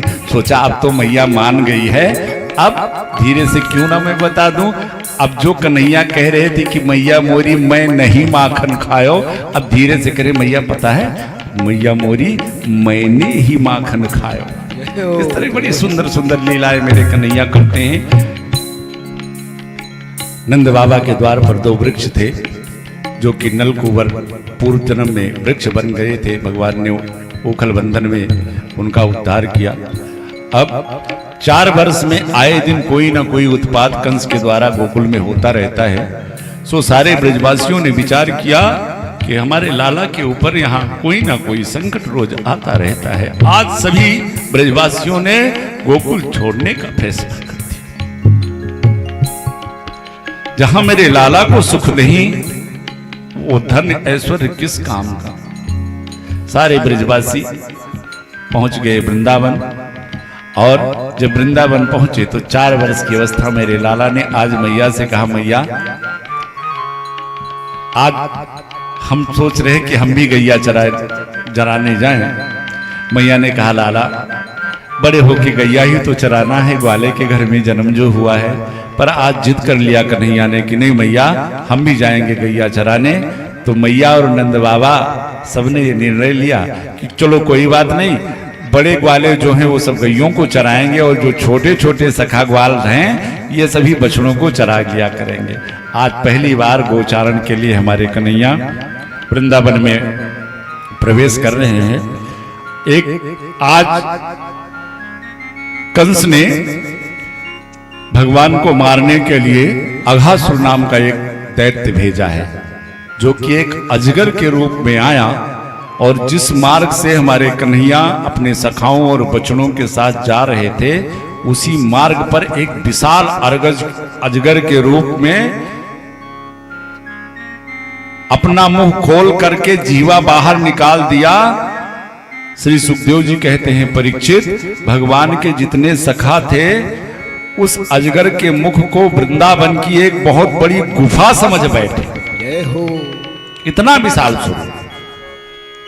आज पहली बार सारे ब्रजवासी सारे भगवान के सखा भी आ रहे हैं, तो वृंदावन में पहली बार आए हैं। देखा बड़े आश्चर्य में, भैया बड़ी सुंदर सुंदर गुफाएं वृंदावन में तो हैं। एक कहता है भैया है तो बड़ी अच्छी गुफा, लेकिन देखने में बिल्कुल सांप के मोह जैसी लगती है। मैंने कहा भैया तुम्हें पता नहीं, या गुफा के अंदर कम से कम हजारों संत बैठे होंगे भगवान का भजन करने के लिए। सखाओं ने कहा तो चलो हम लोग भी भगवान का दर्शन करें। आगे आगे भगवान के सखा, पीछे बछड़े हैं और मेरा लाला सबसे पीछे है।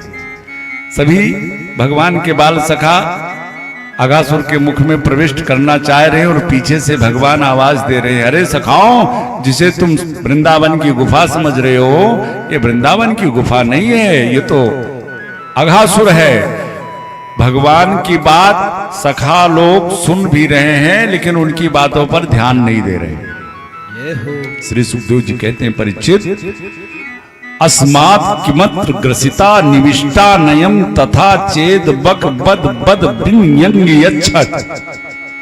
आपस में तर्क वितर्क करते हैं, भगवान की आवाज उन तक पहुंचती है, लेकिन उस पर वो विचार नहीं कर पा रहे हैं। बड़ा सुंदर एक संकेत है। अघासुर ये पाप का प्राय है। भगवान के जो सखा हैं ये भगवान के भक्त हैं। कृष्ण भगवान हैं। भगवान को लगा कि ये हमारे सखा इस अघासुर रूपी पाप में प्रविष्ट होने जा रहे हैं, इसलिए पीछे से आवाज दे रहे हैं, अरे सखाओं मत जाओ। भैया अगर गौर से देखो, ध्यान से देखो, तो हमारे जीवन में भी अगर हमारा पग कहीं कुमार की तरफ जाता है तो एक बार अंतर आत्मा से उस ईश्वर की आवाज जरूर आती है कि नहीं मत जाओ, ये रास्ता गलत है। पर हम अपने तार्किक बुद्धि से भगवान की उस बात को दबा देते हैं और आगे बढ़ जाते हैं। आज भगवान के सखा भी उस अघासुर के मुख को एक वृंदावन की गुफा समझकर उसमें प्रविष्ट कर रहे हैं। अब आश्चर्य की बात, जब और आगे बढ़े तो अघासुर ने अपनी जीभ फैला रखी थी, और जब सांप की जीभ पर इन भगवान के सखाओं ने पैर रखा तो गुदगुदो सो लगा। तो एक सखा ने कहा, भैया मोहे तो डर लगे, गुदगुदो सो का दिखे। अब बताओ कितनी गुदगुदी होगी सांप की जीभ। हाँ, तो वाने कहा कि भैया तुम्हें पता ना है, ये हमारे वृंदावन के जो संत है ना, इनके बड़े ठाठ हैं, और इन्होंने अपने द्वार के सामने गद्दा बिछवा रखा है कि जो भक्त हमारे पास आवे, हमारे गुफा में हमारे दर्शन को आवे, उसको कोई तकलीफ वगैरह ना हो। हाँ?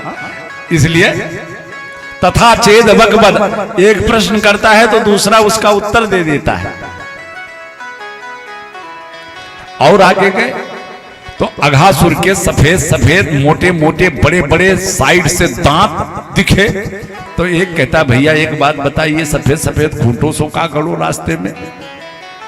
तो एक सखा कहता है, तुम्हें पता ना है, ये हमारे वृंदावन के जो गुफाओं के संत हैं, बड़े त्यागी संत महात्मा हैं, इन्होंने ये जगह जगह खूंटी गड़वा रखी है कि अगर कोई हमसे मिलने आवे तो अपना सारा सामान यहाँ पे टांग के तब हमसे मिलने आवे।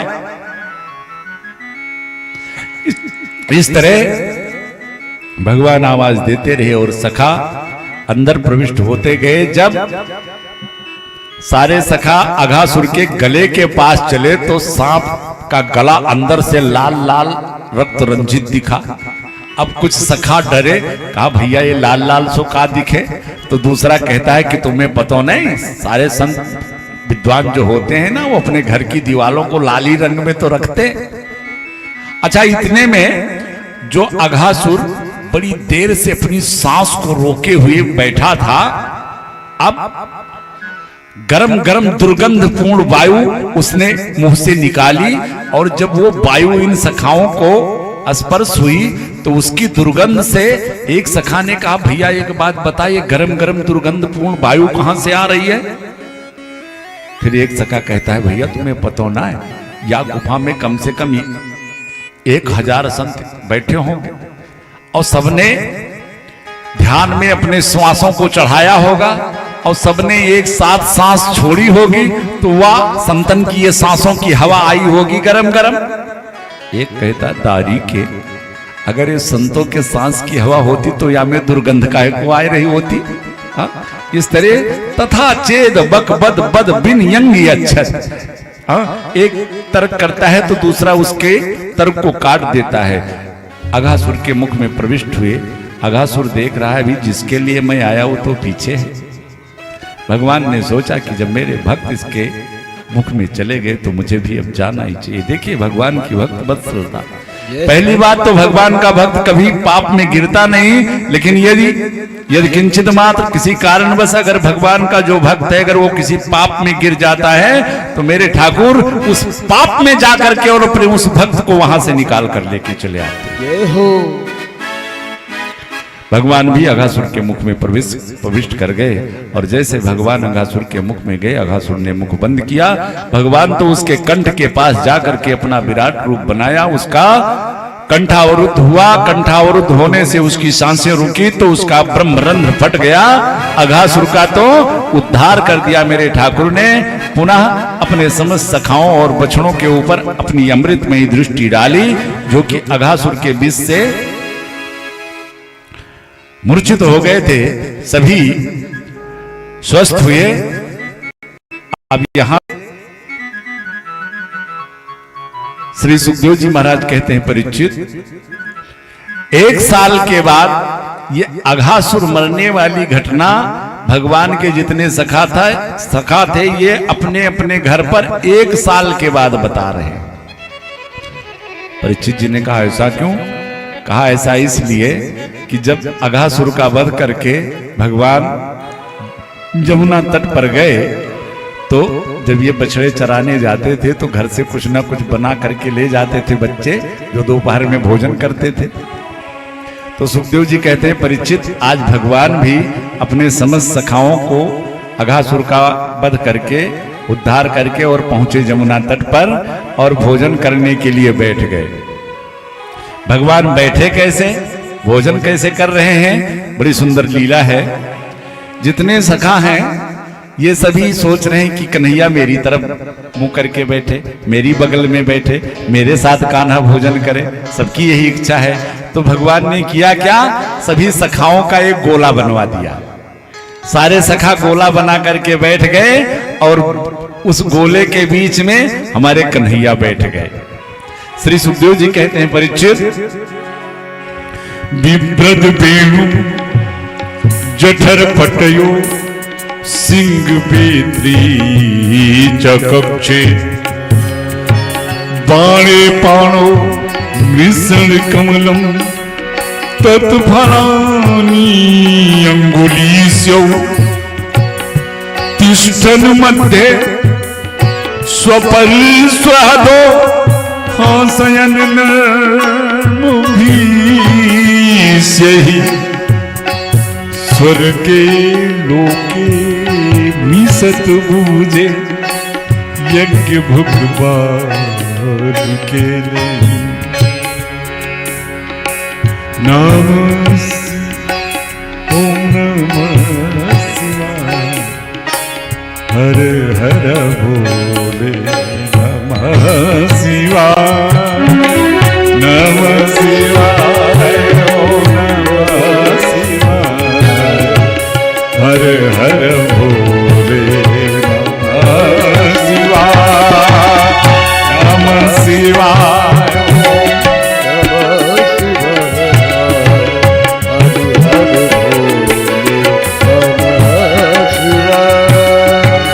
नमः शिवाय नमः शिवाय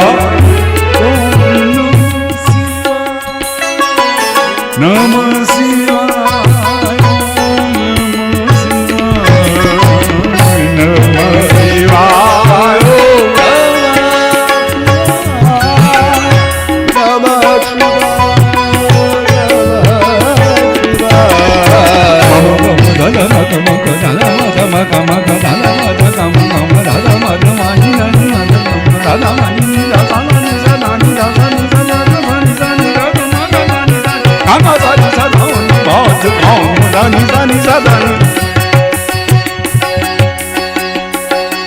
तिष्ठन् मध्ये स्वपरस्त्रहतो हास्यन् भीष्यहि स्वर्गे लोके मिसत बुभुजो यज्ञ भुगवार के लही। भगवान बड़ा सुंदर भोजन लीला कर रहे हैं। गोला बना दिया सखाओं का, बीच में कन्हैया बैठ गए। विभ्रद वेणु जठर पटयो, अपना जो पीतांबर है उसको कमर में यूं बांध रखा है और एक तरफ बंसी को लगा रखा है और एक तरफ एक सिंगी छोटा सा बाजा ये लोग रखते थे। जब बछड़े दूर चले जाते थे वो बाजा बजा करके उनको बुलाते थे। विभ्रद वेणु जठर पटयो, और बछड़ों को घुमाने के लिए सिंह बेत्रे च कक्षे, एक बेंत का जो डंडा होता था, भगवान एक तरफ बंसी लगाए हुए हैं, पीतांबर कमर में बांधे हुए हैं, एक तरफ उस सिंगी को लगाए हुए हैं और बेंत वाला डंडा अपने बगल में रखे हुए हैं।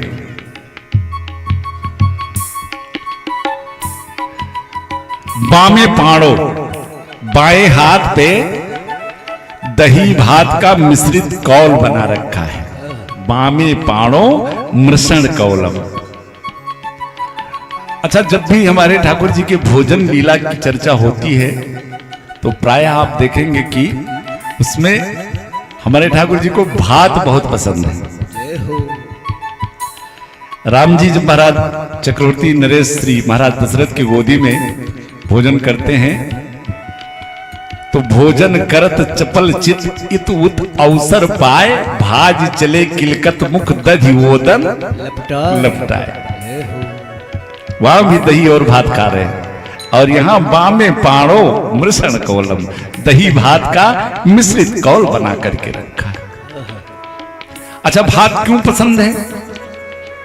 भात ठाकुर जी को इसलिए ज्यादा पसंद है क्योंकि भक्त से मिलता जुलता है भात। भक्त और भात, जितनी कठिनाई से भात बनता है, एक भक्त को भी कम से कम उससे कहीं ज्यादा कठिनाई भोगनी पड़ती है। अरे भात बनने के लिए पहले वो चावल का जो दाना होता है वो देखिए उस भूसी से लिपटा होता है। अब चावल बनने के लिए ही पहले उसको कम से कम सैकड़ों मूसल खाना पड़ता है, तब वो चावल बना। चावल बनने के उपरांत भी माताएं फिर उसको पानी में डाल करके आग पर रख करके और तपाती है। और कब तक तपाती रहती हैं? जब तक उसकी कठोरता बिल्कुल खत्म ना हो जाए। बल्कि अब तो कुकर का जमाना हो गया है, नहीं हमारी पहले माताएं बहनें जब वो बटलोई या भगोने वगैरह में बनाती थी तो बन जाने के बाद में भी उसमें जरा सा ऐसे हाथ लगा के देखती थी कि अभी कोई कड़क बचा तो नहीं है, कोई कठोरता बची तो नहीं। ठीक इसी प्रकार भगवान का जो भक्त है भैया, इस समाज में कोई चोर डाकू बेईमान गद्दार बनना चाहे दुनिया उसका साथ देगी, लेकिन अगर कोई भगवान का भक्त बनने चले ना तो पड़ोसी ही अब देखो चंदन कहना शुरू कर दे। तो भक्त और भगवान का काफी समन्वय है, इसलिए भगवान को भात बहुत पसंद है। बाणे पाणो, बाएं हाथ पर दही और चावल का मिश्रित कौर बना रखा है और तत्फलान अंगुलीस्यो, अंगुलियों के बीच बीच में क्या सुंदर झांकी है। 4 वर्ष का मेरा कन्हैया और छोटे छोटे उन हाथों के अंगुलियों के मध्य में तत्फलान अंगुलीस्यो, तमाम प्रकार के अचारों की फलियां फंसा रखा है। ये आम का अचार है, डेपी का अचार है, नींबू का अचार है। तत्फलान अंगुलीस्यो तिष्ठन मध्य, अपने समस्त सखाओं के मध्य में बैठे हुए हैं। तिष्ठन मध्य स्वपर सहदो हासयन नर्म भी से ही, खाते खाते हंसी मजाक भी अपने सखाओं से कर रहे हैं। अरे मधुमंगल देख देख मेरी मैया ने कितनी सुंदर कढ़ी बना रखी है। मधुमंगल अपने घर की रोटी, बेझर की रोटी खा रहा था, सो कन्हैया के हाथ में से वो दही चावल निकाल करके खाने लग रहा है। अपने घर की लाई हुई जो बेझर की रोटी वो कन्हैया के मुंह में डालने लग जा रहा है। इस दृश्य को, भगवान की इस भोजन लीला को स्वर्गे लोके, स्वर्ग लोक के सारे देवता जन आकाश मंडल से देख रहे हैं। ओहो, धन्य है इन ब्रजवासियों का भाग। वो परब्रह्म परमात्मा जो बड़े बड़े यज्ञों का भोगता है, बड़े बड़े विद्वान बड़े बड़े वैदिक मंत्रों से जिसका भोग लगाते हैं, और फिर भी वो उनके उस यज्ञ में नहीं पधारते। और धन्य है ये ब्रजवासियां। स्वर्गे लोके मिसत भुजे। श्री सुखदेव जी कहते हैं, परीक्षित कर लो दर्शन, ऐसे ब्रह्म का भोजन करते हुए दर्शन करने को नहीं मिलेगा। सारे देवता तो बड़ा आनंद ले रहे हैं, लेकिन ब्रह्मा बाबा को बड़ा आश्चर्य हो गया। ब्रह्मा बाबा विधि विधान के देवता है, सारा विधान ब्रह्मा का बनाया हुआ। अब विधान में भोजन करने का भी विधान ब्रह्मा जी ने बनाया है कि भोजन बड़ी शुद्धता पवित्रता से किया जाता है। किसी का झूठा उच्छिष्ट न खाया जाता है, न झूठा किसी को खिलाया जाता है। भोजन करते समय बोलना तो बिल्कुल चाहिए नहीं। और ब्रह्मा जी ने विचार किया कि ये कैसा भगवान कि जो किसी विधान का पालन ही नहीं कर रहा है। कहीं हम लोग संशय में ब्रह्मा जी विचार कर रहे हैं, कहीं कृष्ण पर सोच रहे मैं भी तो उस गर्भ स्तुति में गया था, थे तो ये वो परब्रह्म परमात्मा ही। जब बात समझ में नहीं आई तो सोचा लाओ क्यों ना थोड़ी सी परीक्षा ही ले। बस परीक्षा लेने के विचार से इधर भगवान भोजन लीला कर रहे थे, उधर जितने बछड़े भगवान चराने ले गए थे वृंदावन में, ब्रह्मा जी ने उन सब बछड़ों का हरण करके ले जाकर के अपने योग सैया पे सुला दिया। ब्रह्मलोक में भोजन लीला पूरी हुई। सखाओं ने कहा, लाला बछड़े घुमाने की बारी अब की तेरी है। बोले हाँ। भगवान गए वहां बछड़ों को घुमाने, वहां ना तो बछड़े मिले, और यहाँ ब्रह्मा जी जब वो भगवान बछड़े घुमाने चले गए तो जो जितने सखा थे इन सखाओं को भी ब्रह्मा जी लेकर के चले गए ब्रह्मलोक। इनको भी अपने यहाँ योग सैया पे सुला दिया। वहां ना सखा मिले, वहां ना बछड़े मिले, यहाँ लौट करके आए ना सखा मिले। कन्हैया सोचने लगे कि अगर कोई हिंसक पशु कोई क्षति पहुंचाता तो कम से कम 2 4 6 एक आध तो बचते, तो एक भी नहीं, ना बछड़े ना सखा है। आंख बंद करके देखा तो देखा ओहो ये ब्रह्मा बाबा की चालाकी है, परीक्षा लेना चाहते हो। कन्हैया ने विचार किया, चलो ठीक है, कोई हमसे कोई प्रश्न करे या कुछ हमसे हमारी योग्यता जानना चाहे तो हम अगर उसको उत्तर उसी सब्जेक्ट में दे जिसमें वो प्रवीण हो तो उसको ज्यादा संतुष्टि होगी। भगवान ने कहा परीक्षा लेना चाहे है तो देखो तुम निर्माण करता हो, तुमको काम मैंने सृष्टि निर्माण का दिया है, तो अब मैं भी एक सृष्टि निर्मित करके तुम्हें दिखाता हूं। तुम तो सृष्टि का निर्माण करते हो जब तुम्हें मैं मटेरियल प्रदान कर देता हूं, लेकिन अब हमारी सृष्टि देखो। जितने बछड़ों का हरण ब्रह्मा जी ने किया था, भगवान ने उतने बछड़े अपने से प्रकट कर दिए। जितने सखाओं का हरण किया था, बिल्कुल उतने सखाओं को अपने से प्रकट कर दिया। और फिर 1 साल तक महाराज ऐसे लीला चलती रही। विप्रद झरपटयो सिंह बेत्रे चकक्षे। 1 साल हो गए। 1 साल के बाद ब्रह्मा जी ने विचार किया चलो चल करके देखें। और जब 1 साल के बाद जमुना तट के ऊपर आए, देखा कि भगवान फिर वैसे लीला कर रहे हैं। बाबा को बड़ा आश्चर्य हुआ, मेरे से अपराध हो गया, क्योंकि वो ब्रह्म जिज्ञासा का विषय है। उस ब्रह्म को जानने की आप जिज्ञासा तो कर सकते हो, लेकिन वो परीक्षा का विषय नहीं है। ब्रह्मा बाबा यहाँ आए थे भगवान को देखने। एक रूप से तो भगवान यहाँ लीला कर रहे थे, लेकिन दूसरे रूप से पहुंच गए ब्रह्मलोक। और ब्रह्मलोक पहुंचे तो ब्रह्मा जी का रूप बना करके, और फाटक पर जो पहरेदार खड़े थे, पहरेदारों ने पितामह को प्रणाम किया और भगवान ने अपने उन पहरेदारों से कह दिया कि देखो आजकल ऐसा है कि कुछ बहुरूपीय बड़ा घूमने लगे हैं, मैं अंदर जा रहा हूं और अगर कहीं कोई दूसरा मेरा रूप धारण करके आए तो सतर्क हो जाना। भगवान चले गए ब्रह्मलोक में। इधर पीछे से जब ब्रह्मा जी, असली वाले ब्रह्मा जी ब्रह्मलोक जाने लगे, तब तक द्वारपालों ने दौड़ के पकड़ लिया, है बहुरूपिया कहां जा रहा है। ब्रह्मा जी को लगा क्या, अरे तुम अपने स्वामी को नहीं पहचानते? आओ अभी पहचानते। अरे ये तो भला हो सरकार का, मेरे जो पहले उन्होंने बता दिया, नहीं बिल्कुल पक्का एकदम असली लगता है, देखो।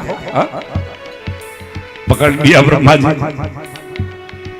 अब जब ब्रह्मा जी को पकड़ लिया, ब्रह्मा जी आश्चर्य में, देखिए ठाकुर जी आज उन्हीं के सेवकों से ब्रह्मा जी को अपमानित करवा दिया। ब्रह्मा जी ने नेत्र बंद किया तो देखा कि ब्रह्मासन पर वो 5 बरस का कन्हैया बैठा मुस्कुरा रहा है। क्यों बाबा, कैसी रही? तुमने हमारे बछड़े और सखा चुराए तो हमने तुम्हारा सिंहासन ही चुरा लिया। जय हो।